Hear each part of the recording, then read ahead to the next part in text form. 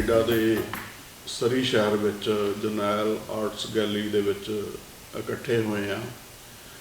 ਇਸ ਸਮੇਂ ਮੈਂ ਤੁਹਾਡੇ ਨਾਲ ਜੋ ਗੱਲਬਾਤ ਕਰਾਂਗਾ, ਮੇਰਾ ਨਾਮ ਮੋਹਨ ਗਿੱਲ ਆ।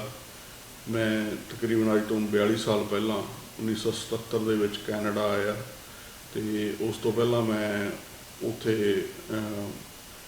MA ਤੱਕ ਵਿੱਦਿਆ ਪ੍ਰਾਪਤ ਕਰਕੇ ਇੱਕ ਲੇਖਕ ਦੇ ਤੌਰ 'ਤੇ ਉੱਥੇ ਵਿਚਰਿਆ ਅਤੇ ਇੱਥੇ ਆ ਕੇ ਵੀ ਇੱਕ ਲੇਖਕ ਦੇ ਤੌਰ 'ਤੇ ਵਿਚਰਿਆ। ਅੱਜ ਅਸੀਂ ਇੱਥੇ ਜੋ ਸ਼ਾਮਲ ਆ ਉਹਨਾਂ ਵਿੱਚ ਮੈਂ ਸਾਡੇ ਹਰਦਮ ਸਿੰਘ ਮਾਨ ਹੋਰੀ ਆਏ ਹੋਏ ਨੇ। ਮੈਂ ਚਾਹਾਂਗਾ ਉਹ ਆਪਣੀ ਜਾਣਕਾਰੀ ਦੇ। ਮੇਰਾ ਨਾਮ ਜਿਸ ਤਰ੍ਹਾਂ ਮੋਹਨ ਸਿੰਘ ਨੇ ਦੱਸਿਆ, ਹਰਦਮ ਸਿੰਘ ਮਾਨ। ਮੈਂ ਪੰਜਾਬ ਤੋਂ ਇੱਥੇ 2013 ਵਿੱਚ ਕੈਨੇਡਾ ਵਿੱਚ ਆਇਆ ਹਾਂ। ਪੰਜਾਬ 'ਚ ਮੈਂ ਡਿਸਟ੍ਰਿਕਟ ਫਰੀਦਕੋਟ ਨਾਲ ਸੰਬੰਧਿਤ ਹਾਂ ਅਤੇ ਉੱਥੇ ਹੀ ਪੰਜਾਬੀ ਯੂਨੀਵਰਸਿਟੀ ਤੋਂ MA ਤੱਕ ਦੀ ਵਿੱਦਿਆ ਹਾਸਲ ਕੀਤੀ ਹੈ ਅਤੇ ਮੁੱਖ ਰੂਪ 'ਚ ਮੈਂ ਕਵਿਤਾ ਲਿਖਦਾ ਅਤੇ ਇੱਥੇ ਆ ਕੇ ਵੀ ਹੋ ਸਰਗਰਮੀਆਂ ਦੇ ਵਿੱਚ ਮੈਂ ਇੱਥੇ ਵਿਚਰ ਰਿਹਾ। ਇਹਦੇ ਨਾਲ ਹੀ ਸਰਦਾਰ ਜਰਨੈਲ ਸਿੰਘ ਆਰਟਿਸਟ। ਹਾਂਜੀ, ਮੈਂ ਜਰਨੈਲ ਸਿੰਘ ਆਰਟਿਸਟ ਅਤੇ ਮੈਂ ਲਗਭਗ 2000 ਤੋਂ ਇੱਥੇ ਹੈਗਾ ਕੈਨੇਡਾ ਦੇ ਵਿੱਚ।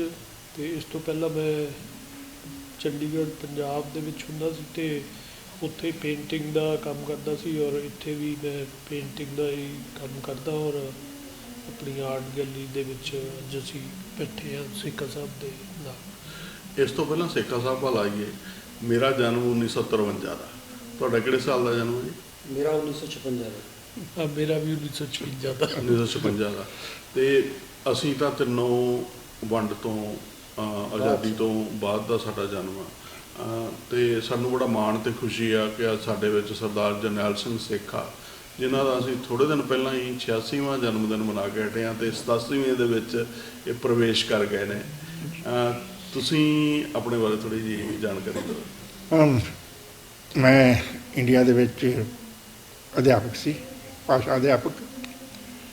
ਉੱਥੋਂ ਇੱਥੇ ਮੈਂ 94 ਦੇ ਵਿੱਚ ਆਇਆ। ਤਕਰੀਬਨ 26 ਸਾਲ ਹੋ ਗਏ ਨੇ ਆਏ ਨੂੰ। ਇੱਥੇ ਆ ਕੇ ਇੱਥੇ ਮਜ਼ਦੂਰੀ ਵੀ ਕੀਤੀ ਅਤੇ ਆਪਦਾ ਲਿਖਣ ਪੜ੍ਹਨ ਦਾ ਮੇਰਾ ਕੰਮ ਹੈ ਅਤੇ ਇੰਡੀਆ ਚੱਕਰ ਵੱਜਦਾ ਰਹਿੰਦਾ ਅਤੇ ਜਿਸ ਪਾਸਪੋਰਟ ਲਈ ਆਪਾਂ ਇੱਥੇ ਇਕੱਠੇ ਹੋਏ ਹਾਂ, ਆਪਣਾ ਮੰਤਵ ਹੈਗਾ ਕਿ 47 ਦੇ ਸਮੇਂ ਜਦੋਂ ਪੰਜਾਬ ਵੰਡਿਆ ਗਿਆ, ਭਾਰਤ ਆਜ਼ਾਦ ਹੋਇਆ, ਪਾਕਿਸਤਾਨ ਦਾ ਜਨਮ ਹੋਇਆ, ਪਰ ਉਸ ਦਾ ਜਿਹੜਾ ਸਭ ਤੋਂ ਖਿਮਿਆਜ਼ਾ ਜਿਹੜਾ ਸੀ ਪੰਜਾਬ ਨੂੰ ਭੁਗਤਣਾ ਪਿਆ।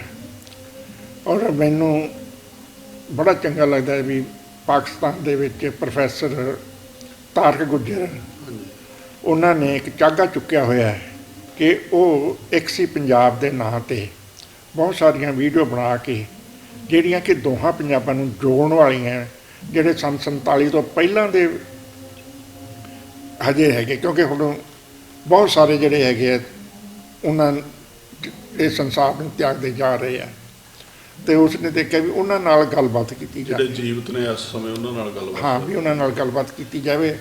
ਸੋ ਉਹਨਾਂ ਨੇ ਮੈਨੂੰ ਕਿਹਾ ਵੀ ਤੁਸੀਂ ਵੀ ਆਪਣੇ ਕੁਝ ਪ੍ਰਭਾਵ ਦੱਸੋ ਅਤੇ ਮੈਨੂੰ ਖੁਸ਼ੀ ਆ ਕਿ ਵੀ ਤੁਸੀਂ ਮੇਰੇ ਨਾਲ ਅੱਜ ਇੱਥੋਂ ਦੇ ਚੋਟੀ ਦੇ ਕਲਾਕਾਰ ਅਤੇ ਚੋਟੀ ਦੇ ਰਾਈਟਰ ਮੇਰੇ ਨਾਲ ਬੈਠੇ ਆ ਅਤੇ ਆਪਾਂ ਗੱਲਬਾਤ ਕਰ ਰਹੇ ਹਾਂ। ਸੰਨ 47 ਦਾ ਜਿਹੜਾ ਸੀ ਵੰਡ ਦਾ ਸਮਾਂ ਸੀਗਾ, 73 ਸਾਲ ਹੋ ਗਏ ਹੈ, ਉਹ ਅਜੇ ਵੀ ਲੋਕਾਂ ਦੇ ਵਿੱਚ ਉਹ ਦਰਦ ਮਹਿਸੂਸ ਹੁੰਦਾ ਹੈ ਅਤੇ ਉਸ ਦਰਦ ਨੂੰ ਜਦੋਂ ਆਪਾਂ ਗੱਲ ਕਰਦੇ ਹਾਂ ਉਸ ਦਰਦ ਦੀ, ਤਾਂ ਫਿਰ ਆਪਾਂ ਨੂੰ ਇੱਕ ਅਹਿਸਾਸ ਹੁੰਦਾ ਵੀ ਕਾਸ਼ ਉਹ ਅਸੀਂ ਨਾ ਦੇਖਿਆ ਹੁੰਦਾ। ਤੁਹਾਡੀ ਉਸ ਸਮੇਂ ਉਮਰ 12-13 ਸਾਲ ਦੀ ਸੀਗੀ ਅਤੇ ਉਸ ਸਮੇਂ ਇੱਕ ਬੱਚੇ ਨੂੰ ਬਹੁਤ ਸੁਰਤ ਹੁੰਦੀ ਆ। ਇਹ ਤੋਂ ਪਹਿਲਾਂ ਕਿ ਆਪਾਂ ਅੱਗੇ ਤੁਰੀਏ, ਉਸ ਸਮੇਂ ਜਦੋਂ ਵੰਡ ਤੋਂ ਪਹਿਲਾਂ ਸਾਡਾ ਭਾਈਚਾਰਾ ਕਿਵੇਂ ਇੱਕ ਦੂਜੇ ਨਾਲ ਵਿਚਰਦਾ ਵਰਤਦਾ ਸੀ? ਮੈਂ ਭਾਈਚਾਰੇ ਦੇ ਵਿਚਰਨ ਨਾਲੋਂ ਮੈਂ ਪਹਿਲਾਂ ਮੇਰਾ ਚੱਲਦਾ ਵੀ ਮੈਨੂੰ ਆਪਣੇ ਪਿਛੋਕੜ ਬਾਰੇ ਦੱਸ ਦੇਣਾ ਚਾਹੀਦਾ, ਕਿਉਂਕਿ ਉਸ ਭਾਈਚਾਰੇ ਦਾ ਤਾਂ ਹੀ ਪਤਾ ਲੱਗੇਗਾ। ਤੁਹਾਡਾ ਹਾਂਜੀ ਪੂਰਾ ਹਾਂਜੀ, ਮੇਰਾ ਬਾਪ, ਉਹਨਾਂ ਦਾ ਨਾਮ ਸਰਦਾਰ ਮਹਿੰਦਰ ਸਿੰਘ ਸਰਾਹ ਸੀ। ਛੋਟੀ ਕਿਸਾਨੀ ਦੇ ਵਿੱਚ ਕੰਮ ਕਰਦੇ ਸੀਗੇ, ਖੇਤੀ ਦਾ ਕੰਮ ਸੀ। ਤੋ ਸਾਡਾ ਪਿੰਡ ਜਿਹੜਾ ਸੀਗਾ ਉਹ ਹਰ ਕਿਸਮ ਦਾ ਉਸ ਵੇਲੇ ਜਿੰਨੇ ਵੀ ਹਰ ਬਰਾਦਰੀ ਦਾ, ਹਰ ਧਰਮ ਦਾ ਤਕਰੀਬਨ ਉੱਥੇ ਹੈਗਾ ਸੀ। ਤੋ ਸਾਡੇ ਪਿੰਡ ਨੂੰ ਕੋਈ ਰਾਹ ਨਹੀਂ ਸੀ ਜਾਂਦਾ। ਸਾਡੇ ਪਿੰਡ ਤੋਂ ਜਿਹੜੀ ਜਰਨੈਲੀ ਸੜਕ ਸੀ ਉਹ ਕੋਈ 6.5 ਮੀਲ ਦੂਰ ਸੀ, ਅਤੇ ਵਿੰਗੇ ਟੇਢੇ ਰਾਹਾਂ 'ਤੇ ਜਾਂਦੇ ਸੀਗੇ, ਅਤੇ ਕੋਈ ਆਮ ਬਹੁਤ ਪਛੜਿਆ ਹੋਇਆ ਇਲਾਕਾ ਸੀ। ਅਤੇ ਹਾਂ, ਦੂਸਰੀ ਜਿਹੜੀ ਜਦ ਤੁਸੀਂ ਭਾਈਚਾਰੇ ਦੀ ਗੱਲ ਕੀਤੀ ਹੈ, ਉਹਦੇ 'ਚ ਹਿੰਦੂ ਵੀ ਸੀ, ਬਾਣੀਏ, ਦੁਕਾਨਦਾਰ, ਜਿਹੜੇ ਵਿਹੜੇ ਵਾਲੇ ਉਹਨਾਂ ਨੂੰ ਕਹਿੰਦੇ ਸੀਗੇ, ਜਿਹੜੇ ਲੋਕਾਂ ਨਾਲ ਸੀਰੀ ਰਲਦੇ ਸੀ, ਰਮਦਾਸੀਏ ਸੀ, ਮੁਸਲਮਾਨ ਜਲਾਹੇ ਸੀ, ਲੋਹਾਰ ਸੀ, ਮੁਸਲਮਾਨ ਜੋ ਲੋਹਾਰ ਸੀਗੇ, ਸ਼ੇਖਾਂ ਦੇ ਘਰ ਸੀਗੇ ਕੁਝ, ਅਤੇ ਤੇਲੀ ਸੀ, ਗੁੱਜਰ ਸੀ, ਮਤਲਬ ਸਾਰੀਆਂ ਬਰਾਦਰੀਆਂ ਦੇ ਉੱਤੇ ਸੀਗੇ। ਹੁਣ ਜਿਹੜਾ ਸੀਗਾ ਤੇਲੀਆਂ ਦਾ ਜਿਹੜਾ ਸੀਗਾ ਕੋਲੂ ਦੇ ਉੱਤੇ ਸੀ, ਆਮ ਹੀ ਜਾ ਵੱਢ ਦਿੰਦੇ ਸੀਗੇ, ਅਤੇ ਜਾ ਕੇ ਉਹਨੂੰ ਕਹਿੰਦੇ ਤਾਇਆ, ਅਸੀਂ ਤਾਇਲ, ਅਤੇ ਉਹਨੇ ਕਹਿਣਾ ਵੀ ਪਲੀ ਲੈ ਲਓ ਉੱਤੇ, ਮਤਲਬ ਇਸ ਤਰ੍ਹਾਂ ਦਾ ਸੀਗਾ। ਉਸ ਦਾ ਬਾਅਦ ਚੱਲਦਾ ਹੋਣਾ, ਅਤੇ ਕੋਲੂ ਦੇ ਉੱਤੇ ਕਈ ਵਾਰ ਉਹ ਆਪ ਕੋਲੂ ਦੇ ਉੱਤੇ ਜਿਹੜਾ ਸੀਗਾ ਉਹਦੇ 'ਤੇ ਬਹਿ ਵੀ ਜਾਂਦਾ ਸੀ, ਨਹੀਂ ਆਮ ਹੀ ਉਹਦੇ ਅੱਖਾਂ 'ਤੇ ਪੱਟੀ ਬੱਧੀ ਹੁੰਦੀ ਸੀਗੀ, ਉਹ ਬਲਦ ਦੇ ਕੋਪੇ ਲੱਗੇ ਹੁੰਦੇ ਸੀਗੇ, ਅਤੇ ਉਹ ਤੁਰਿਆ ਆਪਣੇ ਆਪ ਹੀ ਤੁਰਿਆ ਜਾਂਦਾ ਹੁੰਦਾ ਸੀਗਾ। ਉਹਨਾਂ ਨੂੰ ਕੀ ਤੁਸੀਂ ਚਾਚਾ ਤਾਇਆ, ਜਿਵੇਂ ਅਸੀਂ ਕਹਿੰਦੇ ਨੇ ਵੱਡੇ ਨੂੰ ਚਾਚਾ ਤਾਇਆ ਜਾਂ ਬੱਚਾ ਕਹਿ ਕੇ, ਹਾਂਜੀ, ਉਸੇ ਤਰ੍ਹਾਂ ਸੰਬੋਧਨ ਬਿਲਕੁਲ ਬਿਲਕੁਲ ਇਸੇ ਤਰ੍ਹਾਂ ਹੀ ਸੀਗਾ। ਸਭ ਨੂੰ ਨਾ ਚਾਚਾ ਤਾਇਆ, ਭਰਾ ਜਾਂ ਹੈਗਾ ਕਹਿ ਕੇ ਬੁਲਾਉਂਦੇ ਸੀ। ਭਾਵੇਂ ਇੱਥੋਂ ਤੱਕ ਸੀ ਕਿ ਅਸੀਂ ਆਪਦੇ ਸੀਰੀ ਨੂੰ ਵੀ ਚਾਚਾ ਕਹਿੰਦੇ ਸੀ। ਸੋ ਇਹ ਇੰਨਾ ਕੁ ਪ੍ਰੋਪਰ ਸੀਗਾ ਉਸ ਟਾਈਮ ਆਪਣਾ ਸੀਗਾ। ਸੇਖਾ ਸਾਹਿਬ, ਤੁਸੀਂ ਦੱਸਤਾ ਆਪਣਾ ਪਿਛੋਕੜ, ਪਰ ਥੋੜ੍ਹਾ ਜਿਹਾ ਤੁਸੀਂ ਆਪਣੇ ਪਿੰਡ ਬਾਰੇ ਜਾਂ ਕਿੱਥੇ ਜੇ ਤੁਹਾਡਾ ਇਹ ਸੀ ਇਲਾਕਾ, ਉਹਦੇ ਬਾਰੇ ਵੀ ਥੋੜ੍ਹਾ ਜਿਹਾ ਇਹ ਜਦੋਂ ਆਪਾਂ ਮੋਗਾ ਕੋਟਕਪੂਰਾ ਤੋਂ ਜਿਹੜੀ ਜਾਂਦੀ ਹੈ ਸੜਕ, ਸਮਾਲ ਸੜਕ ਰਸਤੇ 'ਚ ਆਉਂਦਾ, ਹਾਂਜੀ, ਉੱਥੋਂ ਦੱਖਣ ਵਾਲੇ ਪਾਸੇ 6 ਮੀਲ ਪਾਸੇ 'ਤੇ ਹੈ। ਪਿੰਡ ਦਾ ਨਾਂ ਸੇਖਾ ਕਲਾਂ ਹੈ। ਸੇਖਾ ਦੋ ਸੇਖੇ ਹੈ, ਉਹ ਦੂਜਾ ਜਿਹੜਾ ਸੀਗਾ ਉਸੇ ਪਿੰਡ ਦਾ ਹੀ ਸੇਖਾ, ਜਿਹੜਾ ਛੋਟਾ ਜਿਹਾ ਕਹਿ ਦਿੰਦੇ, ਜਾਂ ਵੱਡਾ ਸੇਖਾ, ਛੋਟਾ ਸੇਖਾ, ਸੇਖਾ ਕਲਾਂ, ਸੇਖਾ ਖੁਰਦ, ਇਸ ਤਰ੍ਹਾਂ ਕਹਿੰਦੇ ਹੈ। ਔਰ ਉਸ ਦੀ ਉਸ ਵੇਲੇ ਤਕਰੀਬਨ 4,500 ਦੇ ਕਰੀਬ ਸੀ ਆਬਾਦੀ ਤੁਹਾਡੇ ਪਿੰਡ ਦੀ, ਸਾਡੇ ਪਿੰਡ ਦੀ। ਹਾਂਜੀ, ਅਤੇ ਸਾਡੇ ਪਿੰਡ ਦੇ ਨੇੜੇ ਕੋਈ ਸਕੂਲ ਹੋਰ ਨਹੀਂ ਸੀਗਾ, ਟੋਡਿਆਂ ਵਾਲਾ ਸਕੂਲ ਸੀ, ਸੜਕ ਦੇ ਉੱਤੇ ਸੀਗਾ, ਉੱਥੇ ਅਸੀਂ ਤੁਰ ਕੇ ਜਾਂਦੇ, ਤੁਰ ਕੇ ਸੇਖਾ ਸਾਹਿਬ, ਜਿੱਦਾਂ ਤੁਸੀਂ ਤੇ ਦੱਸਿਆ ਵੀ ਮੁਸਲਮਾਨ ਜਲਾਹੇ ਦੇ ਪਿੰਡ 'ਚ ਉਸ ਤਰ੍ਹਾਂ ਮਾਹੌਲ ਕਿਹੋ ਜਿਹਾ ਸੀਗਾ, ਅਤੇ ਉਹਨਾਂ ਦੇ ਬੱਚੇ ਵੀ ਤੁਹਾਡੇ ਨਾਲ ਪੜ੍ਹਦੇ, ਸਕੂਲ ਵਗੈਰਾ ਦੇ ਵਿੱਚ ਪੜ੍ਹਦੇ ਹੋਣਗੇ, ਉਹਦੇ ਬਾਰੇ ਦੱਸੋ। ਔਰ ਉਹਨਾਂ ਦੀਆਂ ਮਤਲਬ ਔਰਤਾਂ ਜਿਹੜੀਆਂ ਨੇ, ਅਤੇ ਕਿਸ ਤਰ੍ਹਾਂ ਉਹਨਾਂ ਦਾ ਤੁਹਾਡੇ ਪਰਿਵਾਰ ਨਾਲ ਜਾਂ ਹੋਰ ਘਰਾਂ ਨਾਲ ਕਿਵੇਂ ਮੇਲ ਜੋਲ ਹੁੰਦਾ ਸੀ? ਸਾਡੇ ਸਭ ਤੋਂ ਨੇੜੇ ਜਿਹੜਾ ਸੀਗਾ, ਵੈਸੇ ਤਾਂ ਗੁੱਜਰਾਂ ਦਾ, ਸਾਡੇ ਗੁਆਂਢ ਦੇ ਵਿੱਚ ਇੱਕੋ ਘਰ ਸੀ, ਉਹਦੇ ਦੋ ਹੀ ਆਪਦਾ, ਉਹਨਾਂ ਦਾ ਮੁੰਡਿਆਂ ਦਾ ਪਿਓ ਮਰਿਆ ਹੋਇਆ ਸੀਗਾ। ਇੱਕ ਦਾ ਨਾਂ ਖੁਸ਼ੀ ਸੀ ਅਤੇ ਇੱਕ ਦਾ ਨਾਂ ਬਲੀ। ਬਲੀ ਜਿਹੜਾ ਸੀਗਾ ਉਹ ਥੋੜ੍ਹਾ ਜਿਹਾ ਸਿੱਧਰਾ ਜਿਹਾ ਸੀਗਾ, ਅਤੇ ਜਿਹੜਾ ਖੁਸ਼ੀ ਸੀਗਾ ਉਹ ਵੱਗ ਝਾੜਦਾ ਸੀਗਾ, ਲੰਬਾ ਕੱਦ, ਬੜਾ ਸੋਹਣਾ ਜਵਾਨ ਸੀ। ਅਤੇ ਬਲੀ ਦਾ ਕੱਦ ਵੀ ਤਕੜਾ ਸੀ, ਪਰ ਉਹ ਜਿਵੇਂ ਚੁੱਭੇ ਦੇ ਖੋਰੀ ਉਹ ਚੁੱਕੇ ਲਈ ਜਾਣੇ, ਜਾਂ ਕਿਸੇ ਦੇ ਹੋਰ ਇਸ ਤਰ੍ਹਾਂ ਦੇ ਕੰਮ ਹੀ ਕਰਦਾ ਸੀਗਾ। ਤਾਂ ਉਹਦੀ ਮਾਂ ਜਿਹੜੀ ਸੀਗੀ ਉਹ ਆਮ ਲੋਕਾਂ ਦੇ ਜਿਹੜੇ ਸੀਗੇ ਕੰਮ ਕਰਦੀ ਸੀਗੀ, ਪਰ ਉਹ ਬੰਦਾ ਜਿਹੜਾ ਸੀਗਾ ਖੁਸ਼ੀਆ ਸੀ, ਖੁਸ਼ੀ ਉਹਨੂੰ ਅਸੀਂ ਕਹਿੰਦੇ ਸੀਗੇ, ਅਤੇ ਉਹਨੇ ਤਾਈ ਸੰਭਾਲ ਲਾ ਗਾਈ, ਤਾਈ ਚਾਚੀ ਬੱਲੀ ਨੂੰ ਲੈ ਜਾ, ਇਸ ਤਰ੍ਹਾਂ ਉਹਨੇ ਕਹਿੰਦੇ ਜਾਣਾ ਜਦੋਂ ਵੱਗ ਨੇ ਆਉਣਾ ਨਾ, ਅਤੇ ਜਿਹਦੇ ਘਰ ਦੇ ਕੋਲੇ ਆਪਣੇ ਪਸ਼ੂ ਉਹਨਾਂ ਦਾ, ਅਤੇ ਉਸਨੇ ਐਂ ਵਾਗ ਦੇਣੀ, ਅਤੇ ਉਹ ਮੈਨੂੰ ਹਜੇ ਵੀ ਯਾਦ ਹੈ। ਸੋ ਇਸ ਤਰ੍ਹਾਂ ਸੀ। ਬਾਕੀ ਜਿਹੜਾ ਸੀ, ਮੇਰੇ ਨਾਲ 2 ਮੁੰਡੇ ਪੜ੍ਹਦੇ ਸੀਗੇ, ਇੱਕ ਜਲਾਇਆ ਹੋਇਆ ਸੀ ਲਾਲਦੀਨ, ਉਹਦਾ ਕੱਦ ਛੋਟਾ ਸੀ, ਅਤੇ ਪਰ ਮੇਰੇ ਨਾਲ ਉਹਦੀ ਯਾਰੀ ਬਹੁਤ ਸੀ ਅਤੇ ਦੋਸਤੀ ਚੰਗੀ ਸੀਗੀ। ਅਤੇ ਦੂਜਾ ਸੀ ਬਸ਼ੀਰ, ਉਹ ਬੜਾ ਸੁਨੱਖਾ ਮੁੰਡਾ ਸੀਗਾ। ਸੋ ਉਹ ਸ਼ੇਖਾਂ ਦਾ ਮੁੰਡਾ ਸੀ। ਪਤਾ ਨਹੀਂ ਸਾਡੇ ਉਸ ਵੇਲੇ ਲੋਅਰ ਮਿਡਲ ਸਕੂਲ ਸੀ, ਪਰ ਲੋਕੀ ਕਿਉਂ ਨਹੀਂ ਸੀ ਪੜ੍ਹਦੇ, ਨਹੀਂ ਸੀ, ਬਹੁਤ ਥੋੜ੍ਹੇ ਸੀ ਜਵਾਕ। ਹਾਲਾਂਕਿ ਠੱਠੀ ਭਾਈ ਦੇ ਸਾਡੇ ਉੱਥੇ ਪੜ੍ਹਨ ਆਉਂਦੇ ਸੀ, ਅਤੇ ਪਰ ਪਿੰਡ ਦੇ ਨਹੀਂ ਸੀ। ਪਿੰਡ ਦੇ ਬਹੁਤ ਥੋੜ੍ਹੇ ਸੀ, ਅਤੇ ਸਿਰਫ 2 ਹੀ ਮੁੰਡੇ ਸੀਗੇ ਜਿਹੜੇ ਸੀਗੇ ਮੁਸਲਮਾਨਾਂ ਦੇ, ਜਿਹੜੇ ਲਾਲਦੀਨ ਅਤੇ ਇਹ ਬਸ਼ੀਰਾ। ਔਰ ਫਿਰ ਬਸ਼ੀਰੇ ਦੀ ਗੱਲ ਤੁਹਾਨੂੰ ਹੋਰ ਇੱਕ ਦੱਸਦਾ, ਉਹਨੇ ਆਂਦਾ ਮੇਰਾ ਖਤਨਾ ਹੋਣਾ, ਸਾਨੂੰ ਨਹੀਂ ਪਤਾ ਵੀ ਖਤਨਾ ਕੀ ਹੁੰਦਾ ਹੈਗਾ, ਅਤੇ ਮੈਂ ਹੁਣ 2 ਹਫ਼ਤੇ ਸਕੂਲ ਨਹੀਂ ਆਉਣਾ। ਅਤੇ ਉਹ ਫਿਰ ਸਾਨੂੰ ਵੀ ਉਹਨੇ ਕਿਹਾ ਵੀ ਆਂਦਾ ਨੇ ਫਲਾਣੇ ਦਿਨ ਹੋਊਗਾ ਅਤੇ ਤੁਸੀਂ ਵੀ ਆਇਆ ਜਾਓ। ਅਸੀਂ ਵੀ ਚਲੇ ਗਏ, ਉੱਥੇ ਖੇਡਦੇ ਰਹੇ, ਕਿਉਂਕਿ ਉਹ ਸਾਡੇ ਦੂਜੇ ਗਵਾਰ ਸੀ, ਉਹ ਉਸ ਨੂੰ ਬਿੰਡੇ ਕਾ ਗਵਾਰ ਕਹਿੰਦੇ। ਅਤੇ ਉਹਨਾਂ ਨੇ ਜਿੰਨੇ ਅਸੀਂ ਨਿੱਕੇ ਨਿੱਕੇ ਸੀਗੇ, 3 ਜਮਾਤ ਦੀ ਗੱਲ ਹੈ, ਔਰ ਉਹ ਆਪਣਾ ਲਿਆ ਕੇ ਨਾ ਆਂਦੇ ਵੀ ਆ ਜਾਓ ਮੁੰਡੇ। ਉਹਨਾਂ ਨੇ ਸਾਡੀ ਢੋਲੀਆਂ ਨਾ ਪੁਲਾਵ ਚੌਲ, ਮਿੱਠੇ ਚੌਲ, ਜਿਹਦੇ ਵਿੱਚ ਸਾਰਾ ਖੋਪਾ ਹੋਰ ਸਾਰੀਆਂ ਚੀਜ਼ਾਂ ਉਹ ਪਾ ਤੇ ਜ਼ਰਦਾ ਕਹਿੰਦੇ। ਹਾਂਜੀ, ਜ਼ਰਦਾ ਪੁਲਾਓ, ਔਰ ਉਸਦੀ ਮੈਂ ਤਾਂ ਖਾ ਲਏ ਸਾਰਿਆਂ ਨੇ, ਅਤੇ ਕਈ ਉਸ ਨੂੰ ਲੈ ਕੇ ਨਾ ਜਾ ਕੇ ਤੇ ਪਾਸੇ ਸਿੱਟ ਤੇ। ਉਦੋਂ ਪਤਾ ਨਹੀਂ ਇਹ ਕੀ ਸੀਗਾ। ਜਿਹੜੇ ਮੁਸਲਮਾਨਾਂ ਦੇ ਘਰ ਸੀਗੇ ਉਹ ਦੂਸਰਿਆਂ ਦੇ ਘਰੋਂ ਖਾ ਪੀ ਲੈਂਦੇ ਸੀਗੇ, ਪਰ ਉਹ ਜਿਹੜੇ ਹਿੰਦੂ ਸਿੱਖ ਸੀ ਉਹ ਪਤਾ ਨਹੀਂ ਕਿਉਂ ਨਹੀਂ ਸੀ ਕਹਿੰਦੇ। ਮੈਨੂੰ ਤਾਂ ਅੱਜ ਤੱਕ ਵੀ ਨਹੀਂ ਸਮਝੇ ਵੀ ਕਾਰਨ ਕੀ ਸੀ। ਹੁਣ ਸਾਡੇ ਮਾਛੀ ਸੀਗਾ, ਹੁਣ ਵਿਚਾਲੇ ਮੈਂ ਗੱਲ ਹੋਰ ਪਾਸੇ ਲੈ ਜਾ ਰਿਹਾ ਵੀ ਉਹ ਪਾਣੀ ਸੀਗਾ ਆਪਣੇ ਉਹ ਮੌਕੇ ਨਾਲ ਪਾਣੀ ਕੱਢਿਆ ਜਾਂਦਾ ਸੀ, ਅਤੇ ਫਿਰ ਉਹ ਮਸ਼ਕ ਨਾਲ ਘਰਾਂ 'ਚ ਪਾਣੀ ਪਾ ਕੇ ਆਉਂਦਾ ਸੀਗਾ। ਉਹ ਮਸ਼ਕ ਦੇ ਨਾਲ ਪਾਣੀ ਪਾਉਂਦਾ ਸੀ, ਅਤੇ ਜਦੋਂ ਉਦੋਂ ਬਾਅਦ ਫਿਰ ਕੀ ਹੋ ਗਿਆ ਸੀ, ਕਿਉਂ ਪਿੱਟਿਆ ਜਾਂਦਾ ਸੀ, ਮੈਨੂੰ ਸਮਝ ਨਹੀਂ ਆਈ ਵੀ ਇਹ ਕਾਰਨ ਕੀ ਸੀਗਾ। ਵੀ ਜਦੋਂ ਮਸ਼ਕ ਨਾਲ ਪਾਣੀ ਪਾ ਜਾਂਦਾ ਹੈ, ਉਸ ਤੋਂ ਬਾਅਦ ਚਮਕ ਕਿਤੇ ਚੜ੍ਹਦਾ ਤਾਂ ਉਹ ਫਿਰ ਪਿੱਟਿਆ ਜਾਂਦਾ ਹੈਗਾ।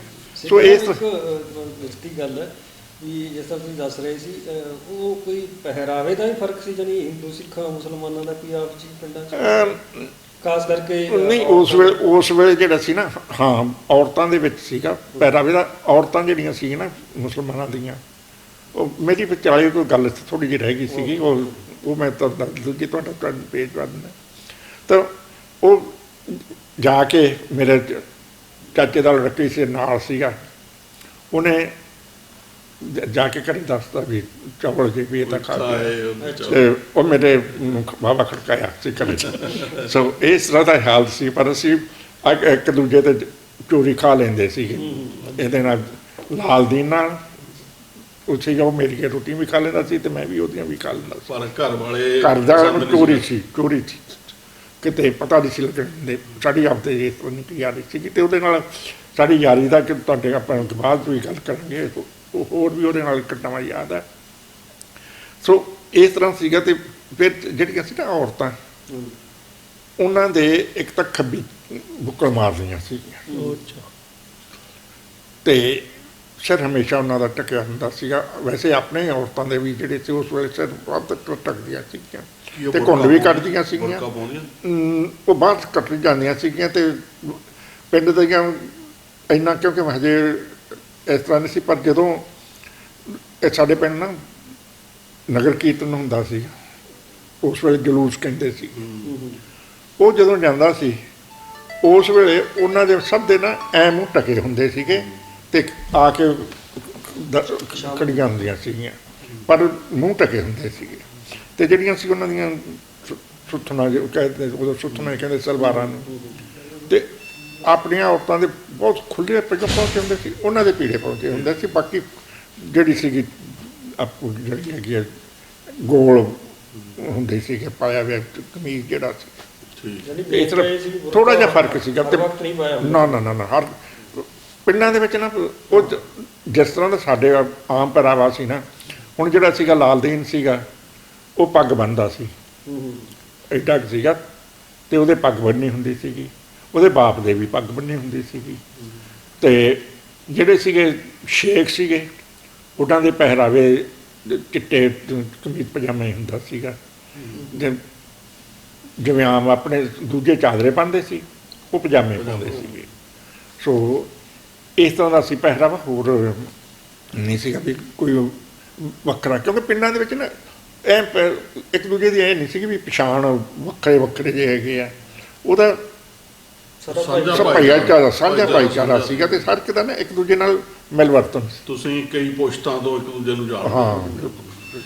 ਤੇ ਜਦੋਂ ਫਿਰ 1947 ਦੇ ਵਿੱਚ, ਜਿਹਨੂੰ ਅਸੀਂ ਕਹਿੰਦੇ ਵੀ ਸਾਨੂੰ ਆਜ਼ਾਦੀ ਮਿਲੀ, ਵੰਡ ਹੋਈ, ਉਹਦਾ ਤੁਹਾਨੂੰ ਉੱਥੇ ਕਿਵੇਂ ਪਤਾ ਲੱਗਿਆ ਵੀ ਇਹ ਪਿੰਡ ਦੇ ਵਿੱਚ ਤੁਸੀਂ ਬੱਚੇ ਸੀਗੇ, ਤੇ ਕੋਈ ਉਹਦਾ ਅਸਰ ਕਿਸ ਤਰ੍ਹਾਂ ਸ਼ੁਰੂ ਹੋਇਆ? ਇਹ ਮੈਨੂੰ ਜਦੋਂ ਪਹਿਲੇ ਤਾਂ ਨਾ ਜਦੋਂ ਆਪਣੀ ਜੰਗ ਲੱਗੀ ਹੋਈ ਸੀਗੀ, ਦੂਸਰੀ ਸੰਸਾਰ ਜੰਗ, ਤੇ ਪਹਿਲਾਂ ਤਾਂ ਮੈਨੂੰ ਕੋਈ ਸੁਰਤ ਨਹੀਂ, ਪਰ 42-43 ਦੇ ਵਿੱਚ ਜਦੋਂ ਤਾਂ ਭਾਰਤ ਛੱਡੋ ਅੰਦੋਲਨ ਹੈਗਾ, ਉਦੋਂ ਸਾਡੇ ਪਿੰਡ ਗਤੀਵਿਧੀਆਂ ਹੁੰਦੀਆਂ ਸੀਗੀਆਂ ਥੋੜ੍ਹੀਆਂ ਬਹੁਤੀਆਂ, ਤੇ ਚੌਥੀ 'ਚ ਮੈਂ ਉਸ ਵੇਲੇ ਕਵਿਤਾ ਵੀ ਇੱਕ ਬੋਲੀ ਸੀਗੀ, ਸਾਡੇ ਹੋਇਆ ਸੀ ਕਾਨਫਰੰਸ। ਉਸ ਵੇਲੇ ਇਹ ਮੇਰਾ ਖਿਆਲ 44 ਦੀ ਗੱਲ ਹੈਗੀ ਹੈ ਜਾਂ 45 ਦੀ ਹੈਗੀ ਆ। ਤਾਂ ਉਸ ਵੇਲੇ ਜਿਹੜੀ ਸੀਗੀ ਇਹਦਾ ਪਾਕਿਸਤਾਨ ਬਣਨ ਦੀ ਗੱਲ ਤੁਰੀ, ਉਦੋਂ ਪਹਿਲਾਂ ਕੋਈ ਨਹੀਂ ਸੀ, ਤੇ ਲੋਕ ਜਦ ਆਪਸ ਵਿੱਚ ਨਹੀਂ ਸੀ ਗੱਲਾਂ ਕਰਦੇ, ਜਦੋਂ ਆਪਸ ਵਿੱਚ ਦੀ ਗੱਲਾਂ ਕਰਦੇ ਸੀ, ਜਦੋਂ ਦੂਸਰਾ ਬੰਦਾ ਆ ਜਾਂਦਾ ਸੀ ਉਦੋਂ ਨਹੀਂ ਸੀ ਉਹ ਗੱਲ ਚਲਾਉਂਦੇ। ਇਸ ਤਰ੍ਹਾਂ ਦਾ ਹੋਇਆ ਸੀ ਉਸ ਵੇਲੇ, ਪਰ ਉਹ ਨਫ਼ਰਤ ਵਾਲੀ ਗੱਲ ਹੈ ਨਹੀਂ ਸੀ। ਤੇ ਜਿਹੜੇ ਉਦੋਂ ਬਾਅਦ ਫਿਰ ਜਦੋਂ 47 ਦੀ ਵੰਡ ਹੋ ਗਈ, ਫਿਰ ਅਫਵਾਹਾਂ ਬਹੁਤ ਉੱਡਣ ਲੱਗੀਆਂ। ਫਿਰ ਤਾਂ ਸਾਨੂੰ ਵੀ ਘਰਾਂ ਚੋਂ ਨਹੀਂ ਕਹਿੰਦੇ ਸੀ। ਅਸੀਂ ਪੜ੍ਹਦੇ ਹੁੰਦੇ ਸੀ ਕਿ ਆਪਣੇ ਰੂੜਾਂ ਵਾਲੇ ਸਕੂਲ ਤੁਰ ਕੇ ਜਾਂਦੇ ਸੀ, ਤੇ ਲੋਕਾਂ ਨੇ ਕਹਿਣਾ ਮੁੰਡਿਆਂ ਨੂੰ ਕਰਨਾ, ਤੁਸੀਂ ਭੇਜੋ ਨਾ, ਸਕੂਲ ਨਾ ਭੇਜੋ, ਆਹ ਕੁਝ ਹੋ ਜਾਣਾ, ਆਹ ਕੁਝ ਹੋ ਜਾਣਾ। ਪਰ ਫਿਰ ਛੁੱਟੀਆਂ ਇਹ ਵੀ ਮੁਸਲਮਾਨ ਆ ਕੇ ਹਮਲਾ ਕਰ ਦੇਣਗੇ, ਤੇ ਉਹ ਕੱਟ ਵੱਟ ਹੋ ਗਈ, ਉੱਧਰ ਫਲਾਣੇ ਨੇ ਇੰਨੇ ਮਾਰਤੇ, ਫਲਾਣੇ ਥਾਂ, ਇਸ ਤਰ੍ਹਾਂ ਦੀਆਂ ਅਫਵਾਹਾਂ ਚੱਲਦੀਆਂ ਸੀ। ਪਰ ਸਾਡੇ ਕੋਈ ਘਟਨਾ ਕੋਈ ਨਹੀਂ ਸੀ ਹੋਈ। ਫਿਰ ਜਦੋਂ ਰਿਫਿਊਜੀ ਆਉਣ ਲੱਗੇ, ਉਦੋਂ ਸਾਡੇ ਉੱਥੇ ਪਨਾਹਗੀਰ ਕਹਿੰਦੇ ਸੀ ਉਹਨਾਂ ਨੂੰ, ਉਦੋਂ ਤਾਂ, ਤੇ ਉਹ ਜਦੋਂ ਇੱਥੇ ਆਉਣ ਲੱਗੇ ਤੇ ਉਹਨਾਂ ਨੂੰ ਵੇਖ ਕੇ ਤੇ ਲੋਕੀ ਜ਼ਿਆਦਾ ਭੜਕ ਪਏ। ਉਹਨਾਂ ਨੇ ਕਹਾਣੀਆਂ ਦੱਸੀਆਂ ਸਾਡੇ ਵਾਪਰੀ, ਔਰ ਲੋਕੀ ਭੜਕਦੇ ਸੀਗੇ। ਤਾਂ ਫਿਰ ਪਿੰਡਾਂ ਵਾਲੇ ਜਿਹੜੇ ਸੀ ਨਾ, ਸਾਡੇ ਵਾਸਤੇ ਮਾਲਵੇ ਦੇ ਵਿੱਚ ਖਾਸ ਕਰਕੇ ਇਸ ਏਰੀਏ ਦੇ, ਉਹ ਜ਼ਿਆਦਾ ਜਿਹੜਾ ਸਾਡੇ ਅਨੋਖਾ ਨੰਬਰ ਦਾ ਉਹਦਾ ਨਾਂ ਸੀਗਾ, ਤੇ ਇੱਕ ਸੀ ਜਾਗਰ, ਉਹ ਸਫੈਦਪੁਰ ਸੀਗਾ। ਤੇ ਉਦੋਂ ਉਂਝ ਹੀ ਮੁਖੀਏ ਹੀ ਹੁੰਦੇ ਸੀਗੇ, ਪੰਚਾਇਤ ਆਪਣੇ ਇਸ ਤਰ੍ਹਾਂ ਦੀਆਂ ਨਹੀਂ ਸੀਗੀਆਂ, ਚੁਣੀਆਂ ਹੋਈਆਂ ਪੰਚਾਇਤਾਂ ਨਹੀਂ ਸੀ। ਤੋ ਇੱਕ ਸਾਡੇ ਨਰਿੰਜਨ ਸੀਗਾ, ਉਹਦਾ ਪਿਓ ਸੀਗਾ, ਉਹਦਾ ਮੈਂ ਨਾਂ ਭੁੱਲ ਗਿਆ, ਤੇ ਪੰਚਾਇਤ ਇਸ ਤਰ੍ਹਾਂ ਨਾਲ ਹਰ ਇੱਕ ਪਿੰਡ ਇਲਾਕੇ ਆਪਣੇ ਅਗਵਾੜ ਦਾ 4 ਅਗਵਾੜ ਆ ਸਾਡੇ, ਤੇ ਉਹਨਾਂ ਦੇ ਸਾਰੇ ਇੱਕ ਜਣ ਤੋਂ ਹੋ ਇਕੱਠੇ। ਫਿਰ ਉਹਨਾਂ ਨੇ ਵਿਚਾਰ ਕੀਤੀ ਵੀ ਆਪਾਂ ਆਪਣੇ ਪਿੰਡ ਦੇ ਜਿਹੜੇ ਆ ਆਪਣੇ ਨੂੰ ਕੋਲ ਇੱਕ ਇਹਨਾਂ ਨੂੰ ਜਾਂ ਤਾਂ ਜਾਣ ਨਹੀਂ ਦੇਣਾ, ਜੇ ਕੋਈ, ਕਿਉਂਕਿ ਲੋਕੀ ਨਿਕਲਣ ਲੱਗੇ ਸੀਗੇ ਤੇ ਕੱਟ ਵੱਢ ਹੋਣ ਲੱਗ ਪਈ ਸੀ ਗੱਲ। ਉਹ ਕਹਿੰਦੇ ਵੀ ਤੁਸੀਂ ਆਪਾਂ ਇਹਨਾਂ ਨੂੰ ਨਹੀਂ, ਜਦੋਂ ਦੇਖਿਆ ਨਾ ਵੀ ਇੱਧਰੋਂ ਮੱਲ ਕੇ ਵਾਹਵਾ ਬੰਦੇ ਮਾਰ ਦਿੱਤੇ ਗਏ, ਤਾਂ ਫਿਰ ਇਹਨਾਂ ਨੇ ਕਿ ਵੀ ਆਪਾਂ ਇਹਨਾਂ ਨੂੰ ਕੱਢੀਏ। ਫਿਰ ਸਾਰਾ ਪਿੰਡ ਨਾ ਜਿਹੜੇ ਜਵਾਨ ਸੀਗੇ ਉਹ ਲੈ ਕੇ ਤੇ ਕਾਸੂ ਬੇਗੂ ਉਹਨਾਂ ਨੂੰ ਛੱਡ ਕੇ ਆਏ ਸੀ। ਹਾਂ, ਕੈਂਪ ਸੀਗਾ। ਹੁਣ ਮੈਨੂੰ ਇਹ ਨਹੀਂ ਯਾਦ ਹੈ ਵੀ, ਕਿਉਂਕਿ ਬਸ਼ੀਰ ਤਾਂ ਚੌਥੀ ਚੋਂ ਹਟਿਆ ਸੀਗਾ, ਉਹਨਾਂ ਦੇ ਜਿਹੜੇ ਸੀਗੇ, ਜਿਹੜੇ ਆਪਣੇ ਕੀ ਨਾਂ ਹੈਗੇ ਸ਼ੇਖ, ਉਹ ਪਹਿਲਾਂ ਹੀ ਚਲੇ ਗਏ ਸੀ। ਉਹਨਾਂ ਨੂੰ ਪਤਾ ਨਹੀਂ ਕਿ ਉਹਨੂੰ ਮਾਨੀ ਸ਼ੇਖ ਕਹਿੰਦੇ ਸੀਗੇ, ਜਿਹੜਾ ਮੁਸਲਿਮ ਲੀਗ ਦਾ ਮੈਂਬਰ ਵੀ ਸੀਗਾ। ਕਹਿੰਦੇ ਸੀਗੇ ਵੀ ਇਹ ਉਹਦਾ ਹੈਗਾ, ਤੇ ਉਹਨੂੰ ਮੈਂ ਵੈਸੇ ਦੇਖਿਆ ਹੈਗਾ, ਚਿੱਟੇ ਕਮੀਜ਼ ਪਜਾਮੇ 'ਚ ਚਿੱਟੀ ਪੱਗ ਹੁੰਦੀ ਸੀ ਉਹਦੇ, ਤੇ ਉੱਤੇ ਕੁੱਲਾ ਹੁੰਦਾ ਸੀਗਾ। ਬੜਾ ਸੁਨੱਖਾ ਜਵਾਨ ਸੀ ਉਹ, ਤੇ ਉਹ ਪਹਿਲਾਂ ਚਲੇ ਗਏ ਸੀਗੇ। ਜਿਹੜੇ ਦੂਸਰੇ ਸੀ ਸਾਰੇ ਕੰਮੀ ਸੀਗੇ, ਕੰਮੀ ਤੇ ਉਹਨਾਂ ਨੂੰ ਛੱਡ ਨੇ ਇਸ ਤਰ੍ਹਾਂ ਛੱਡ ਕੇ ਆਏ ਸੀਗੇ। ਤੇ ਹੁਣ ਮੈਨੂੰ ਇਹ ਨਹੀਂ ਯਾਦ ਵੀ ਲਾਲ ਦੀਨ ਉਹਨੇ ਉਦੋਂ ਗਏ ਜਾਂ ਕਿਉਂਕਿ ਉਹ ਤੀਜੀ ਚੋਂ ਪੜ੍ਹ ਕੇ ਹਟ ਗਿਆ ਸੀਗਾ ਤੇ ਇਹ ਚੌਥੀ ਚੋਂ ਹਟਿਆ ਸੀਗਾ ਬਸ਼ੀਰ। ਤੁਹਾਡੇ ਪਿੰਡ ਹਾਂਜੀ ਇਹਦਾ ਜਿਹੜੀ ਆਪਣੇ ਤੁਸੀਂ ਸ਼ੇਖ ਹੋਰਾਂ ਦੀ ਗੱਲ ਦੱਸੀ, ਇਹਦਾ ਮਤਲਬ ਇਹ ਤੋਂ ਇਹੀ ਕੋਈ ਮਤਲਬ ਨਿਕਲਦੀ ਆ ਗੱਲ ਵੀ ਜਿਹੜੇ ਅਮੀਰ ਲੋਕ ਆ ਉਹ ਉਹਨਾਂ ਨੂੰ ਪਹਿਲਾਂ ਪਤਾ ਸੀਗਾ ਤੇ ਉਹਨਾਂ ਨੇ ਆਪ ਦਾ ਬਚਾਅ ਕੀਤਾ ਤੇ ਨੁਕਸਾਨ ਉਹਨਾਂ ਦਾ ਘੱਟ ਹੋਇਆ ਤੇ ਜਿਹੜੇ ਆਮ ਸਧਾਰਨ ਜਨਤਾ ਸੀ ਉਹਨਾਂ ਦਾ ਨੁਕਸਾਨ ਜ਼ਿਆਦਾ ਹੋਇਆ। ਜਿਹੜੀ ਮਰਿਆ ਨਾ ਜ਼ਿਆਦਾ ਉਹ ਸਧਾਰਨ ਜਨਤਾ ਹੀ ਮਰੀ ਸੀ। ਸੋ ਸਾਡੇ ਫਿਰ ਇੱਕ ਹੋਰ ਘਟਨਾ ਮੈਨੂੰ ਯਾਦ ਆਉਂਦੀ ਹੈ ਕਿ ਇੱਕਦਮ ਸਾਡੇ ਪਿੰਡ ਕੋਠੇ ਤੇ ਉੱਚੀ ਰੌਲਾ ਪਾ ਦਿੱਤਾ ਲੋਕਾਂ ਨੇ ਵੀ ਮੁਸਲਮਾਨ ਆ ਗਏ ਤੇ ਸਾਰਾ ਪਿੰਡ ਨਾ ਜਦੋਂ ਇਸ ਤਰ੍ਹਾਂ ਦੀ ਗੱਲ ਹੁੰਦੀ ਸੀ ਕਿ ਵੀ ਕੋਈ ਵੀ ਆਪਾਂ ਪਹਿਰੇ ਦੇਣੇ ਹੈਗੇ ਆ ਤਾਂ ਉਹ ਵੀ ਫਿਰ ਨਾ ਸਾਰਾ ਪਿੰਡ ਉਹ ਵੀ ਵੈਰੋਕਿਆਂ ਵਾਲੇ ਪਾਸਿਓਂ ਆ ਰਹੇ ਆ। ਵੈਰੋਕੇ ਸਾਡੇ ਨਾਲ ਹੀ ਚੜ੍ਹਦੇ ਪਾਸੇ ਨੂੰ ਪਿੰਡ ਹੈ। ਤੇ ਜਦੋਂ ਪਿੰਡ ਵਾਲੇ ਬਾਹਰ ਆਏ ਸਾਰੇ ਇਕੱਠੇ, ਕੋਈ ਕਿਰਪਾਨ ਕੋਈ ਕੁਛ ਲੈ ਕੇ, ਤਾਂ ਸਾਹਮਣੇ ਵੈਰੋਕਿਆਂ ਵਾਲੇ ਆਪਦੇ ਬੰਦਿਆਂ ਨੂੰ ਕੈਂਪ ਨੂੰ ਛੱਡਣ ਜਾ ਰਹੇ ਸੀਗੇ। ਤੇ ਉਹਨਾਂ ਨੇ ਕਿਉਂਕਿ ਗੁਆਂਢ ਪਿੰਡ ਕਰਕੇ ਤੇ ਇੱਕ ਦੂਜੇ ਨੂੰ ਜਾਣਦੇ ਹੁੰਦੇ ਆ ਕਿ ਜੂ ਸਾਂਝੀ, ਔਰ ਫਿਰ ਉਹ ਸਾਡੇ ਪਿੰਡ ਦੇ ਬਹੁਤੇ ਬੰਦੇ ਉਹਨਾਂ ਦੇ ਨਾਲ ਰਲ ਕੇ ਤੇ ਉਹਨਾਂ ਨੂੰ ਕੈਂਪ 'ਚ ਛੱਡ ਕੇ ਇਸੇ ਤਰ੍ਹਾਂ ਦਾ ਇੱਕ ਵਾਕਿਆ ਮੇਰੇ ਦੋਸਤ ਜਸਵੰਤ ਬਰਾੜ ਉਹ ਵੀ ਸੁਣਾਉਂਦੇ ਹੁੰਦੇ। ਉਹਨਾਂ ਦਾ ਪਿੰਡ ਬਠਿੰਡੇ ਦੇ ਕੋਲੇ ਦਿਉਣ ਤੇ ਉਹਨਾਂ ਦੱਸਿਆ ਵੀ ਪਿੰਡ ਦੇ ਜਿਹੜੇ ਸਾਰੇ ਮੁਸਲਮਾਨ ਕਮੀਨ ਸੀ ਉਹ ਸਾਡੇ ਬਾਪੂ ਜੀ ਕੋਲੇ ਆ ਗਏ। ਕਾਕਾ ਸਿੰਘ ਉਹਨਾਂ ਦੇ ਫਾਦਰ ਦਾ ਨਾਂ ਸੀ ਤੇ ਆ ਕੇ ਉਹਨਾਂ ਕੋਲ ਵੀ ਸਾਨੂੰ ਬਚਾ ਲਓ। ਉਹ ਕਾਕਾ ਸਿੰਘ ਹੋਰੀ ਉਹ ਸਾਰੇ ਜਿੰਨੇ ਸੀ ਸਾਰਿਆਂ ਨੂੰ ਛੱਡ ਕੇ ਆਏ ਪਾਕਿਸਤਾਨ, ਮਤਲਬ ਬਾਰਡਰ 'ਤੇ ਜਿੱਥੇ ਵੀ ਕੈਂਪ ਸੀਗਾ।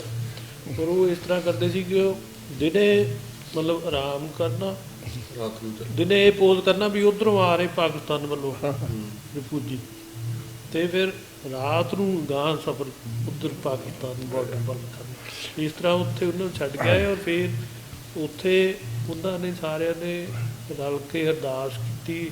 ਕਾਕਾ ਸਿੰਘ ਹੋਰਾਂ ਦੇ ਪਹਿਲਾਂ ਬੱਚੇ ਹੁੰਦੇ ਸੀ ਤੇ ਬਚਦਾ ਕੋਈ ਨਹੀਂ ਸੀ ਤੇ ਉਹਨਾਂ ਅਰਦਾਸ ਕੀਤੀ ਵੀ ਇਹਨਾਂ ਦੇ ਘਰੇ ਮਤਲਬ ਬੱਚਾ ਹੋਵੇ। ਤੇ ਉਸ ਤੋਂ ਬਾਅਦ ਫਿਰ ਜਸਵੰਤ ਦੱਸਦਾ ਵੀ ਮੇਰਾ ਜਨਮ ਚਲੋ ਉਹਨਾਂ ਦੀਆਂ ਦੁਆਵਾਂ ਜਿਹੜੀਆਂ ਨੇ ਤੁਸੀਂ ਉਹਨਾਂ ਦੀ ਪੇਂਟਿੰਗ ਵੀ ਬਣਾਈ ਹੈਗੀ ਆ। ਬਾਅਦ 'ਚ ਆਪਾਂ ਇਸ ਨੂੰ ਸਾਰੀ ਗੈਲਰੀ ਦੇ ਇਹਦੇ ਵਿੱਚ ਸ਼ੋਅ ਵੀ ਕਰਾਂਗੇ ਤੇ ਉਹਨਾਂ ਦੀ ਉਹ ਵੀ ਵਿਖਾਵਾਂਗੇ। ਹਾਂਜੀ, ਤੇ ਤੁਸੀਂ ਇੱਕ ਦੱਸ ਰਹੇ ਸੀ ਕਿ ਪਿੰਡ ਦੇ ਵਿੱਚ ਉਸ ਸਮੇਂ ਤਾਂ ਤੁਹਾਡੇ ਪਿੰਡ ਨੇ ਸੁਰੱਖਿਅਤ ਤੌਰ ਦੇ ਉੱਤੇ ਸਾਰੇ ਪਹੁੰਚਾ ਦਿੱਤੇ ਕੈਂਪਾਂ ਦੇ ਵਿੱਚ। ਉਸ ਤੋਂ ਬਾਅਦ ਦੇ ਵਿੱਚ ਵੀ ਕਈ ਵਾਰ ਕੁਝ ਘਟਨਾਵਾਂ ਤੁਹਾਡੇ ਪਿੰਡ ਦੇ ਦੁਆਲੇ ਵਾਪਰੀਆਂ, ਜਿਵੇਂ ਜਿਹਦੇ ਵਿੱਚ ਕੋਈ ਲਾਸ਼ਾਂ ਮਿਲੀਆਂ। ਹਾਂਜੀ, ਵੈਸੇ ਤਾਂ ਸਾਡੇ ਮਾੜੀ ਮੁਸਤਫਾ ਉੱਥੇ ਕੁਝ ਮੁਸਲਮਾਨਾਂ ਨੂੰ ਮਾਰਿਆ ਗਿਆ ਸੀ ਤੇ ਮੱਲ ਕੇ ਪਹਿਲਾਂ ਮੈਂ ਦੱਸਿਆ। ਸਾਡੇ ਆਲੇ ਦੁਆਲੇ ਦੇ ਹੋਰ ਪਿੰਡਾਂ ਦੇ ਵਿੱਚ ਬਹੁਤੇ ਸੀ ਇਸ ਤਰ੍ਹਾਂ ਦੀ ਘਟਨਾ ਹੋਈ। ਔਰ ਇਹ ਸੀ ਸਾਡੇ ਉਹ ਸੀ ਔਰਤ ਸੀ ਰੱਜੀ ਉਹਦਾ ਨਾਂ ਸੀਗਾ ਤੇ ਉਹਦਾ ਘਰ ਵਾਲਾ ਮਰਿਆ ਹੋਇਆ ਸੀ। ਇੱਕ ਮਾਘੀ ਨਾਈਆਂ ਦਾ ਸੀਗਾ ਤੇ ਉਹਦੇ ਨਾਲ ਉਸਦੇ ਰਿਲੇਸ਼ਨ ਸੀ। ਉਹਦਾ ਇੱਕ ਮੁੰਡਾ ਸੀਗਾ, ਇੱਕ ਉਹਦਾ ਭਰਾ ਸੀ, ਭਰਾ ਗੁੰਗਾ ਸੀ। ਉਹਨਾਂ ਨੇ ਉਹਨੂੰ ਰੱਖ ਲਿਆ ਸੀ ਔਰ ਰੱਖ ਲਿਆ ਸੀ ਤਾਂ ਫਿਰ ਬਹੁਤ ਚਿਰ ਜਾਣੀ ਦੀ ਵੀ ਮਹੀਨਾ ਸਾਰਾ ਉਹ ਰਹੇ। ਕਿਸੇ ਨੇ ਚੁਗਲੀ ਕਰਤੀ ਵੀ ਇਹਦੇ ਘਰੇ ਹੈਗੀ ਆ। ਫਿਰ ਉਹ ਦਿਨੇ ਨਾ ਵੀ ਸ਼ਾਮ ਨੂੰ ਤਾਂ ਲੋਕੀ ਆ ਜਾਣਗੇ ਘਰੇ ਵੀ ਪਿੰਡ ਵਾਲੇ ਪੈ ਸਾਨੂੰ ਪੈ ਜਾਣਗੇ। ਮੱਲਕਿਆਂ ਵਾਲੇ ਪਾਸਿਓਂ ਤੇ ਕੁਝ ਇੱਕ ਸਾਡੇ ਪਿੰਡ ਦੇ ਵਿੱਚ ਜਿਹੜੇ ਸੀਗੇ ਉਹ ਰਲ ਕੇ ਤੇ ਉਹਨੂੰ ਘਰੋਂ ਕੱਢ ਕੇ ਲੈ ਗਏ ਵੀ ਚਲੋ ਤੁਹਾਨੂੰ ਅੰਮ੍ਰਿਤ ਛਕਾਉਣੇ ਹੈ। ਗੁਰਦੁਆਰੇ ਦੇ ਕੋਲੇ ਜਾ ਕੇ ਤੇ ਉਹਨਾਂ ਦੇ ਨੂੰ ਕਾਫੀ ਬੇਸਜਾ ਕਰਕੇ ਤੇ ਮਾਰਤਾ ਸੀਗਾ। ਸੋ ਉਹ ਮੈਂ ਆਪਣੀ ਅੱਖੀਂ ਦੇਖਿਆ ਔਰ ਉਸ ਦੀ ਮੈਂ ਆਪਣੀ ਜਿਹੜੀ ਸਵੈਜੀਵਨੀ ਹੈ ਤੇ ਉਹਦੇ ਵਿੱਚ ਮੈਂ ਲਿਖਿਆ ਵੀ ਹੈ।